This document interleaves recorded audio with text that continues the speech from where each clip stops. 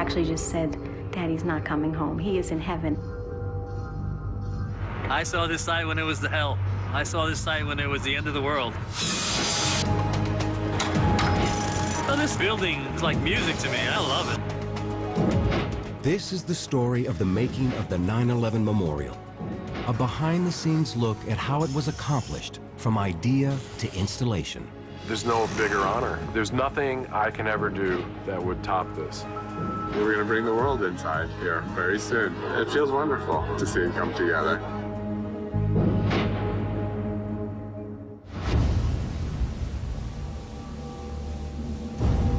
The terrorist attacks of September 11th, 2001 left a void in downtown New York.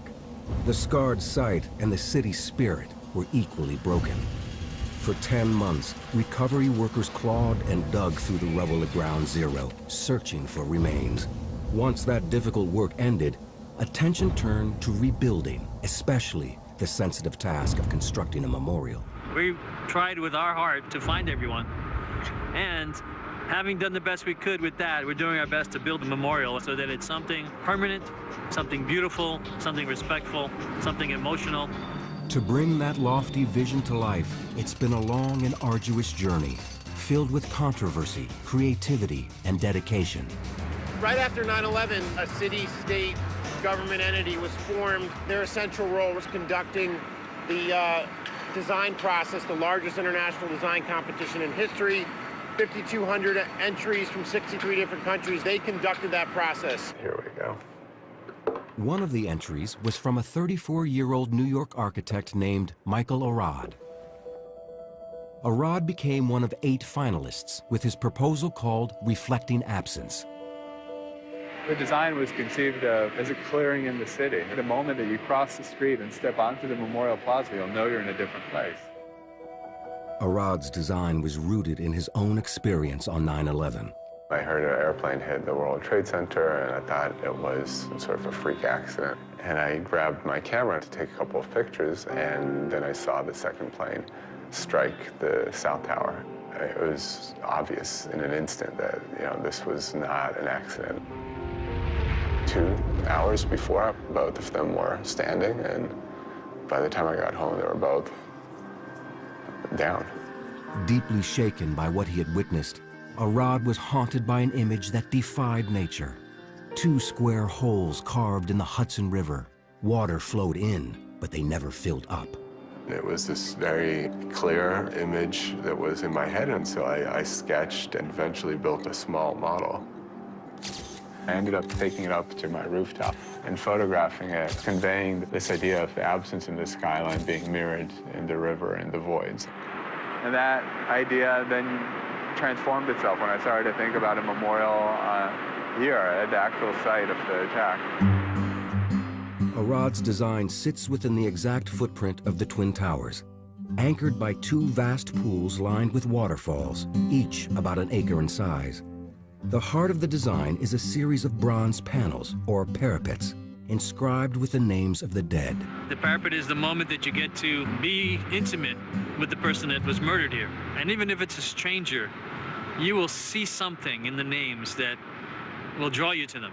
I always thought of the names displays being a sort of an act of communion with the names of the dead that are in front of you. Michael's original design was very stark. The jury felt pretty strongly that the notion of life needs to be brought back in. They suggested that I bring a landscape architect on board. Michael Arad called us up one day, and I didn't know who he was. He was a young architect, and I had never met him. So I asked him if he wanted to work with me on this proposal. So I called him back and said, yeah, that's great. Let's do this thing. It was one of these cold mornings in New York. My car battery died. I was waiting for the tow truck, and I got a call asking if I could come in. They had some paperwork that they needed me to sign, and I thought, this was just pro forma, like getting me out of the way. And I said, I can't come in today. I have to take the car to the shop. And then they told us we'd won. But to transform the memorial from blueprint to building took more than 2 years. I can't think of anything as difficult as this job, with so many different stakeholders, with the emotional connection, with everyone having an opinion.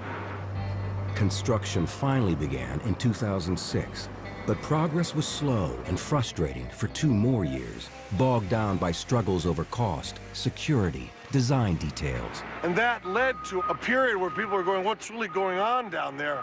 When so much had to be done, what people couldn't see below grade to get that foundation in place. And now you're seeing the incredible tangible results of that hard work. To not have a place to gather on the 10-year anniversary just wasn't going to work. But the clock is ticking to make that deadline. All kinds of trades are part of the process, from stonemasons to iron workers to crane operators. By the time they're done, they will install 8,650 tons of steel, pour 50,000 cubic yards of concrete, and put in over 12 million pounds of rebar. This massive undertaking will cost at least $700 million for the memorial and its museum. But who will take charge of one key mission? Those bronze parapets etched with the names of the nearly 3,000 people who died in the attacks of 2001 and 1993. I'll put a rod, I'm gonna let it cool after I put this rod on it. Enter Chris Powers and his partner, Kurt Wolfmeyer. Like Michael Arad, an unlikely choice for this high-visibility, prestigious project. KC Fabrications may be just a 2-man company, but in late 2009, with the construction clock ticking, they blow away the competition with a simple and elegant idea. There was a mock-up in the Brooklyn Navy Yard. So Kurt and I went down, and all the other bidders were there as well. They mentioned while we were there about no folding of the parapet. All these seams have to be welds. And you can imagine there's 200 feet per side, times 8, times all of the seams. It just made no sense to stick to that plan. Our minds were already going in a direction, how do you do it cheaper, how do you do it faster? It's a classic aha moment. We immediately thought we're gonna back bevel each corner, which is this little seam right here. And once you back bevel it, it leaves such a small amount of material. When you break form it, it leaves the proper radius right here. Coming down. They've shown the bronze could be folded, despite what the bid specifications call for. They could eliminate those thousands of welds and, in the process, shave millions of dollars and months of labor from their bid. And Arad's design for the panel's elegant shape would be preserved. Come in, Bill. Come in, Bill. So we explained all that to them, and they thought, okay, we love every idea you have now. We just have to see if you can actually pull it off. I said, okay, we'll do that. And they said, so here's what we're going to do. You're going to have basically 4 days to make a 2-foot mock-up, and we're going to have the competition do the same as you as well. You know what I mean? I'll just split them. First thing I did was call Joe. You know what I mean? So that one separate from this one on this side. Joe Moretti runs a 2-generation family business in New Jersey called Service Metal Fabricating. For this, we needed 100% experts at machining, and they always seem to pull off miracles, quite frankly. The only thing I knew at the time, you know, was that basically we either had to get this done in a week or we were out. But they got us all the parts and brought everything to our shop. It was probably 4 days, 24/7 to get this thing put together. And when we showed up with it, not only were they surprised, they said no one else had shown up with anything close to this. Right, I want to push. Yeah, so you want to back it out. Yeah, that's why I wasn't going. They were certainly the sort of the dark horse, but they showed such intelligence in their approach, and they just thought about a different way of getting from step A to step B than we had previously done. Yeah.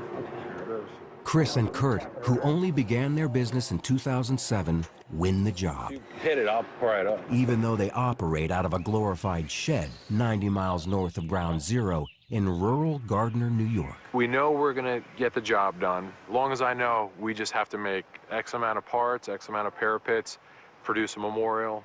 We'll do whatever it takes to make that happen. By the time contracts are finally signed in October 2010, they have less than a year to meet the deadline for the 10th anniversary. Joe, nothing else magical we need to do, no parts, we're ready to go. It's all magic from here. Okay, no magic. Every second. We're all magic. It's all going to be tricky from here. First, they have to build a prototype. 4 parapets, almost 40 feet long, The final job will run nearly 1,600 feet. It's a scale mock-up of a corner that's on site. We're going to test many things in the fabrication. And then once we figure it out here, it'll be a lot easier on site. And we can push it over there. That's good. It all goes back to the schedule. There's just not a lot of time to do this, so we have to make sure everything's perfect here. It looks like it's lined up in this direction. It looks like Perfection is what they will need. Their first big milestone, unveiling the prototype for the memorial's board and executives, is less than a month away. That corner for Sure. me? Yeah, it's almost 3/16. It's October 30th, just 10 days to go until the 9/11 Memorial prototype's maiden voyage, when the bosses will review their work. It's an exact scale model of a corner section of the pool where the North Tower stood. If they get it right, it will go to ground zero. So the stakes are high, and the team is racing against the clock. There's a lot of work that has to be done in a short period of time. We have to install the bulkheads. There's a cooling system still being designed that has to go in here. We have lighting that has to go in here. There's reflector panels, there's trays that hold the reflector panels. It seems almost impossible, but we'll do it. Just the fact that how you made it, I understand. you know, the points are gonna match up. Yeah. Every single component is built in the virtual world before it's built in the real world. Their creative use of technology is what's making it possible to produce the prototype so quickly. The whole job has already been created on the computer at Service Metal, using 3D drafting software. We just basically take what he's done, and then we go manufacture it to his plan, which already been predetermined that fits together, works. For example, the parapets each weigh over 1,500 pounds, a lot of weight to move around during installation. So Kurt and Chris want their mounting post to have what's known as an XYZ plate, which allows each panel to be adjusted in any direction with just the turn of a screw. Service Metal builds them one. Where they would otherwise have to use shims to sit here and adjust the heights of the parapets and hammers to push them back and forth, now they're just going to turn screws. Everything's going to move real easy. You got to just slide that plate back with an adjustable, straight back. That should just drop right in. There it goes. We're in. I like those XYZ plates now, baby. That's right. You like when that slams home. That was awesome. Yeah. The 3D software streamlines the process, but there's still no substitute for a real-world test. The computer will get you 95, 99% there. There's that 2 or 3%, you know, you're just never sure about until you physically make it. Go up a little bit. The most difficult part of this whole mock-up is this corner. There's just so many things that have to marry perfectly. There's so many mathematical things that are happening here, to, you know. And they always work on CAD. Yeah, I'm gonna cut this point off. They're trying to achieve the same precision I'm trying to achieve without automated equipment. So that's where the installation is really an art, you know, more than a science. You know? Yeah. That is gorgeous. It's a fantastic project. It's almost like everything we've built up here has been put to use for this job. This is Ron Vega from the Memorial Foundation. Hi, I'm Alice. Nice to meet you. Ron's our project manager, okay? Alice Martin lost her firefighter husband, Peter, on 9/11. He died in the South Tower, leaving his wife and 3 little boys, ages 6, 8, and 13. That was actually taken in July of 2001, right after a very busy fire. You can see he's a little dirty. It's become my favorite picture in the world. Alice and her sons were invited to Service Metal to watch Peter's name be stenciled into the bronze with this giant water jet. So one of you guys, if you'd like to start the machine, Okay. you can all do it. Ready? Ready?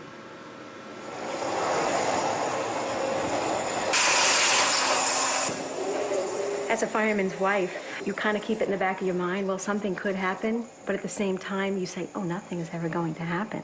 And I remember going down to my kitchen at 4 a.m. and realizing this is real. Wow, unbelievable. Touch it. We'll be the first ones to touch it. You should be there. You guys. The worst thing is when you lose a loved one and you worry that they will be forgotten. We got you. We got that covered. They will not be forgotten. When a family comes, it's somber in some ways, but in other ways it's very invigorating, and it kind of gives us, and not only me, but I think it gives my whole crew a boost. Where you see the raised letters, we basically just cut away the material we don't want and leave the letters behind. The memorial panels have two distinct kinds of lettering.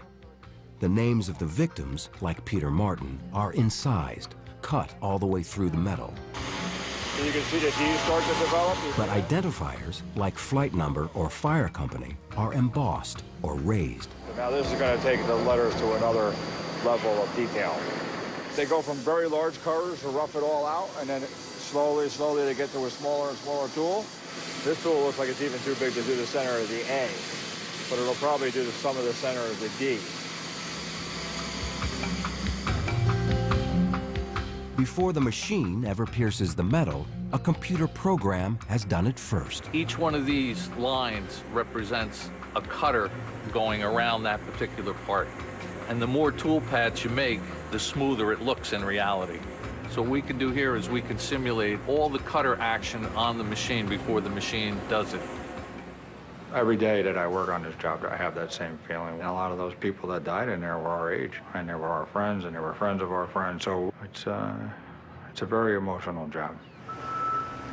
By early November at Ground Zero, the memorial pools are taking shape. Derrickmen hoist 400-plus pound slabs for stone setters to clad the 30-foot deep basin with a black granite called jet mist. Each pool will have a total of nearly 2,500 pieces. A few of them were not quite up to the standard that we have for this project, so they had to be replaced. They still have to do this one, right? They haven't swapped it out yet. Okay. It's a privilege to be able to bring this much care and consideration to every small aspect of the memorial. Pressure's all on Christine because, you know, she's the genius patina person, and at the moment, I'm muddling along trying to help her. The finished surface of the bronze, called patina, is a kind of permanent chemical paint, and it's all about craftsmanship. There are certain recipes that it's very evident that this alloy just loves. It just totally takes it. So, you know, I am looking for that. You know, that to me is a very sound home run, so to speak. It looks great. Yeah, I'm really happy with you. It's gorgeous. I was really trying to pay attention to the very small areas. I jimmy-rigged a special brush for this. I kind of cut down a brush that just has a few bristles. Yeah, this looks really good. A lot to do this week. It's okay, Yeah, yep. Okay, one more cut and then we'll know. Finally, it's November 9th. Tired but fueled by adrenaline, the team spends all day fine-tuning and tweaking. Everyone is just double-checking everything to make sure it's correct. So we're checking the dams, we're checking the doors, we're checking the lights, and we're checking the reflectors. You ready? Yep, let's lift it up. On my side. Going up. Catching the angle in the back. Can we get that up a little bit? Here, I'll help you out. I know exactly what to do. The idea of having a prototype or a mock-up is to have the problems happen. You want them to happen here. You're not going to come down anymore. You're good. That did it. Nice. If we encountered them while we were doing the installation on site, that'd set you back months. November 9th, 2010 is a double benchmark for the memorial. The North Pool waterfall is tested for the very first time. It was beautiful. When the sun hits it, it actually looks like bits of diamond. And then you'll see a rainbow dance from one side to the other side. 16 mechanical pumps will recycle all the water in both pools at a rate of 52,000 gallons per minute.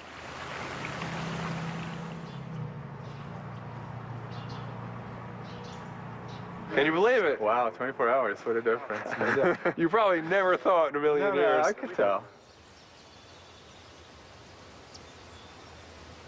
Wow, looks great. Beautiful, isn't it? Absolutely.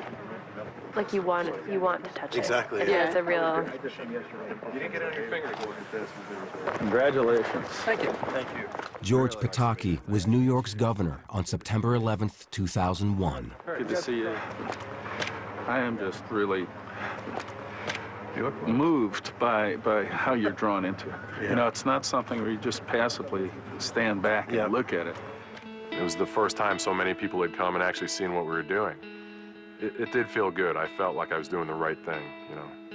I was doing the job right. We had a bidders meeting at the mock-up at the Brooklyn Navy Yard, and they came, and I was like, they seemed like such long shots. And actually, on the way up here, I was like, I'm so glad that it worked out. You were kind of a long shot too, Michael. Yeah, it was a lot of long shots. A lot of long shots, but it turned out just tremendous. The prototype works. Now they have 148 panels to go, and only 10 months left till the 10th anniversary.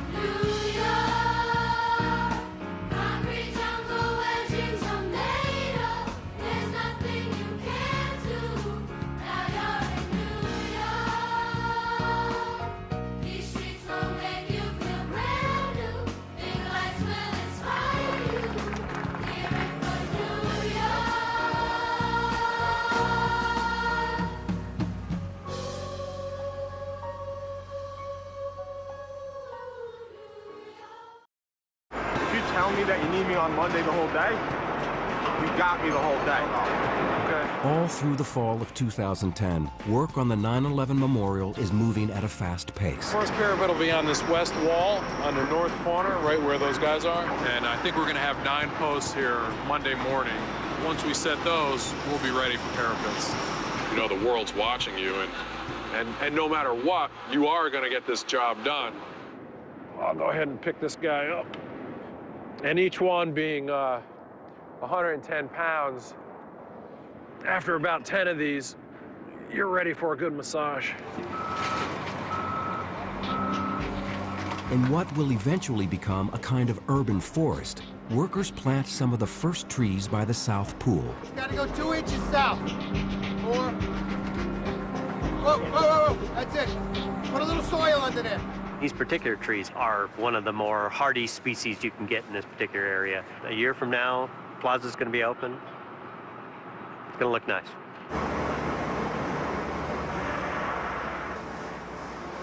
That's the last weld. That's number 24 of 24. That was just the final weld, sealing the surface of the weirs. All around the top of the memorial pools, millwrights finish installing the weirs, finger-like dams that will guide the water as it cascades over the edge. It's all stainless steel. Everything has to be stainless to match so it don't rust. If it's going to be here a couple of 100 years, we want to look pretty for that long. How much more meaningful could it get, really?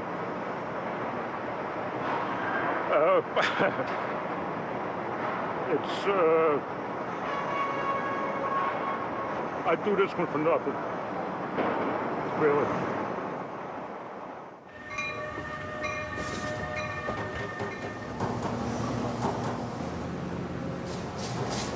By late November, production of the parapets is in full swing at Service Metal in Dover, New Jersey. When you come to see it, John's name's going to be on the bottom row, right? So, and look, he's right next to John Swain and Tommy Galvin. And Thula Katsamatides, a memorial board member, is here with her mother. And Thula's brother, John, died in the North Tower. John was never recovered, so we were never given anything. Yeah, it's very hard when you have a tombstone and there's nothing there. There's my Johnny. What we're doing here today is we're water jet cutting the names, which are the cut-through lettering on the panels. That's what the water's forced through, that little tiny hole. 40 thousandths of an inch diameter hole. 60,000 PSI water pressure's forced through. So there's a little bit of sand that comes in here, and you can control how much comes out, how many pounds per minute. It's fed down through this tube, and then it mixes with the water. And then the water and the sand cut through the brass. Wow. Very nice, beautiful. Really beautiful. Amazing. I don't go down to ground zero, but now with the completion of the memorial, oh, I'll be down there. So just unpack these guys. Now the team's next deadline looms. The first batch of completed parapets must be installed at Ground Zero in less than 4 weeks, by early January 2011. So far, everything's going exactly how I hoped. So I hope I didn't just jinx myself. But there's a problem they need to solve. The bronze can get as hot as 200 degrees in the summer heat. Let's just see if we can go past. It was only after the memorial's design was locked they realized the panels would need a cooling system. I've personally touched the panels in the summer, and it is too hot. A glycogel run through flexible hose will flow into a series of copper pipes and regulate the temperature year-round. But the add-on is awkward. The different trades have been struggling to make it work since early fall. Things are butting into things. You just have to marry so many different pieces together. The problem is with the way that pipe fits in here. It's December 22nd. Installation D-Day is less than 2 weeks away. They still haven't mastered that cooling system. I just worry like we're pushing a car and we hit a bolt and the thing just goes, yeah. I lose a lot of sleep still worrying about making a date. You know, we haven't even had all the problems yet we're gonna have. Why crack until you have to, right? I'm too tired to crack at the moment. Next week will be a big week, you know. Yeah, next week's gonna be crazy. We'll really see something next week if it's gonna happen or not. With hard work and a bit of luck, they make the January deadline.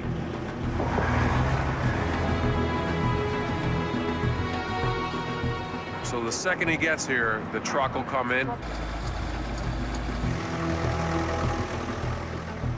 We're gonna pick it up and put it over that stone. We're gonna go right over. Don't let that spin too much. Just let it hang there for 2 seconds. Do you have a knife on you? Yeah. Ready? Whatever you want, brother. Okay. It's a big day, a major milestone for the job. All the mock-ups, all the studies, everything, to actually see it installed, that's exciting. It's really exciting to see that. Wait. You're in, Chris? Keep going. Onward from here, I can't wait. Number one's in. We only have 99% more to do. But Mother Nature isn't helping. With frigid temperatures and 7 major storms, January 2011 turns out to be the snowiest in New York's history. My hand's frozen. But you have to take your gloves off to really adjust these, and then your hand turns into a little ice block in 20 minutes. Digging that. You gotta give it back. Man, putting that right in my pocket. Jeez. If the weather is brutal, coordination at the site can be too. This day, Chris has been waiting 3 hours just to get his truckload of parapets inside the gate. You'll see him trying to maneuver into here, and it's going to be really tricky. I already walked the driver over, and he kind of looked at me like, are you crazy? We got to just move all this out of here. Ready? Go.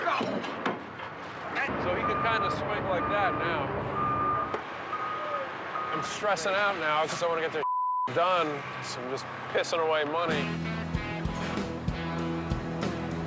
By day's end, they prevail. And in fact, the KC crew gets ahead of schedule, installing 2 full sides of the North Pool in just 1 month. You're not coming in tomorrow because of the snow. Right. So I'd like to get like a week's worth in right now. All right. Okay? The pace of work in the mechanical spaces below ground, 70 feet down to bedrock, is as active as above. See, we're concentrating on all the overhead mechanicals, ductwork, conduits, piping. It's all the domain of Lou Mendez, who has a long history at Ground Zero. I was here 9/11, 2001.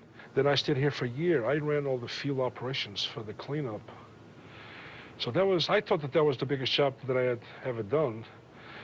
And now this is the biggest job. The pumps for the North Pool are here. These are the pumps. Those are filtration systems. We're underneath the bottom of the pool. If you go up these stairs, open up that door, basically you'll be at the lower void of the pool. Back above ground, construction hits a snag. In early February, some faulty waterproofing is discovered that must be fixed before any more parapets go in.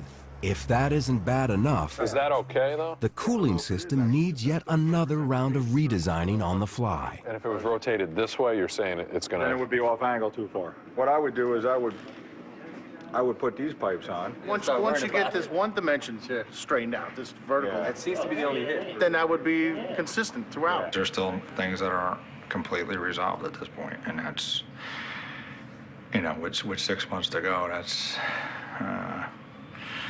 that's a little too tight for me to be working on nailing stuff down in its final design at this point.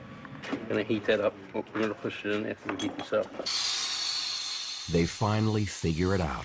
But the solution involves retrofitting every single panel, including the ones they've already installed at Ground Zero. Okay, this one's ready to come down. We started this 11 weeks ago doing the first remediation. Now we're doing it basically again. Every single parapet. 100 of them are done, and they all had to be rebuilt plumbing-wise. Now we have this, and it should work fine. You know, 3 strikes, you're out, but now the 3 strike is going to work. Hey, Mike? It better. With all the delays, no new parapets have been installed in 3 months. They're piling up at KC. These are basically all ready to go. This is the North Pool just sitting, waiting to be installed. There are only 18 weeks until 9/11/11. Failure cannot be an option.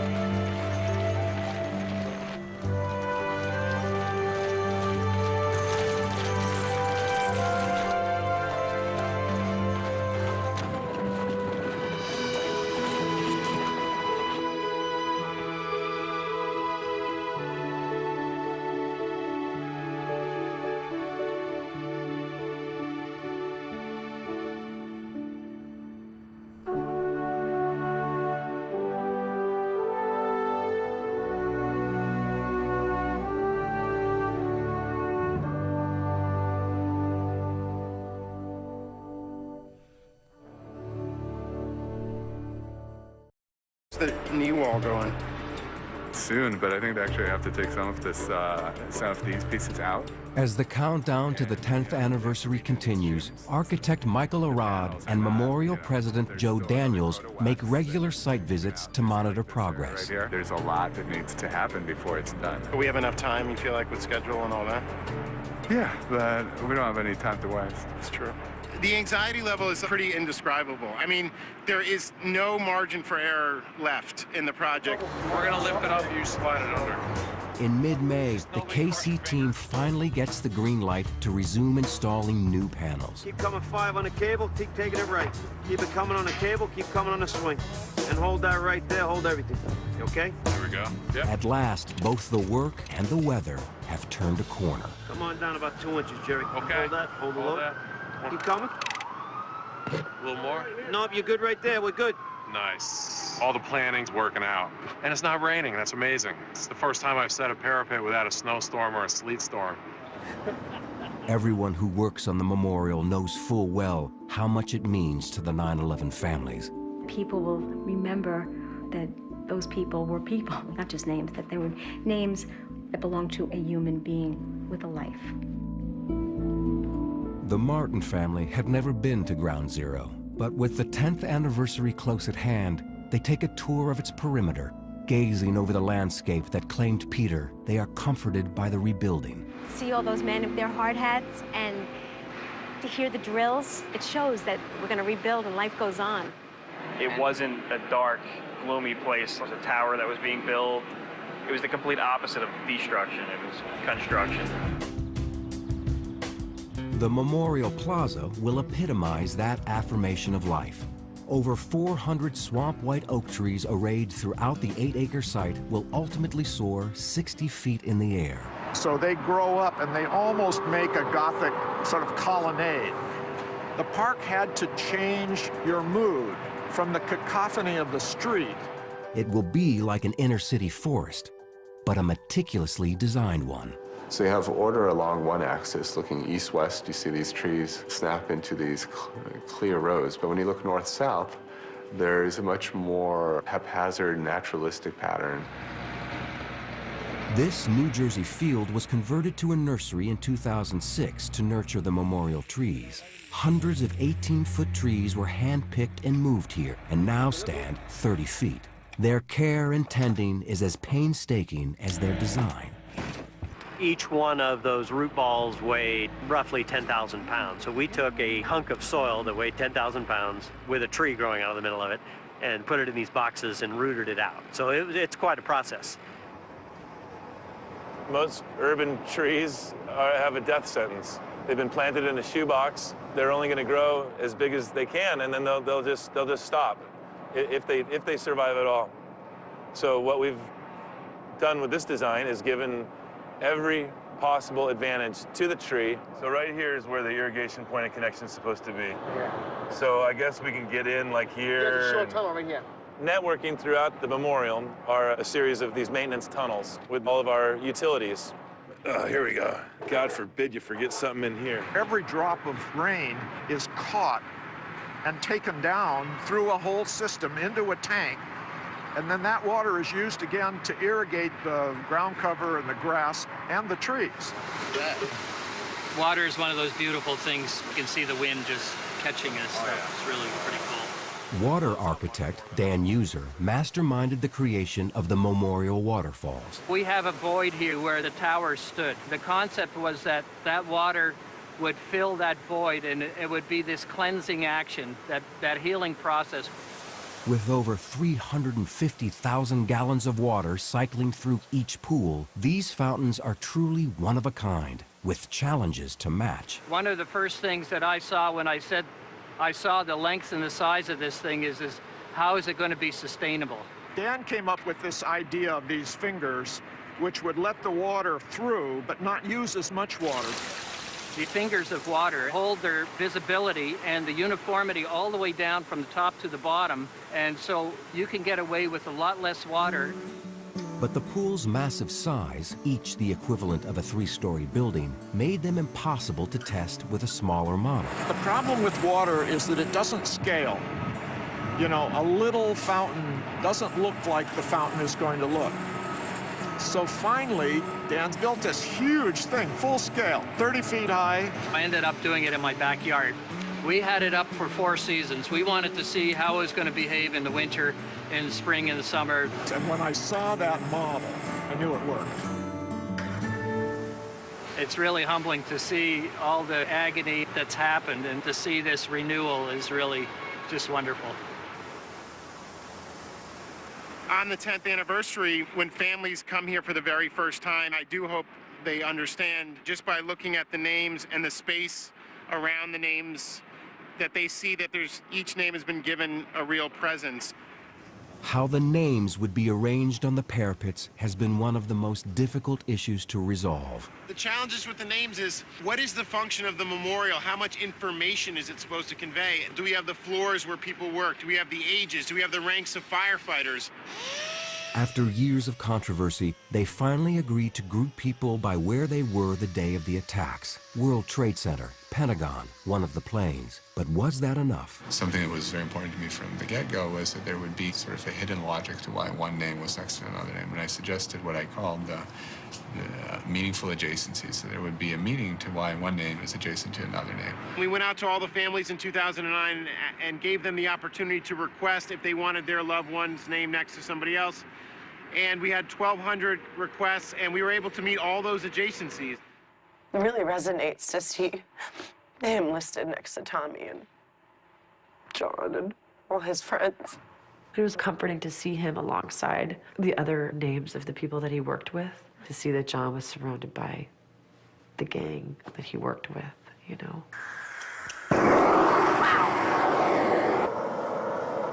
And Thula Katsamatidis has come to KC to be an intimate part of the process herself.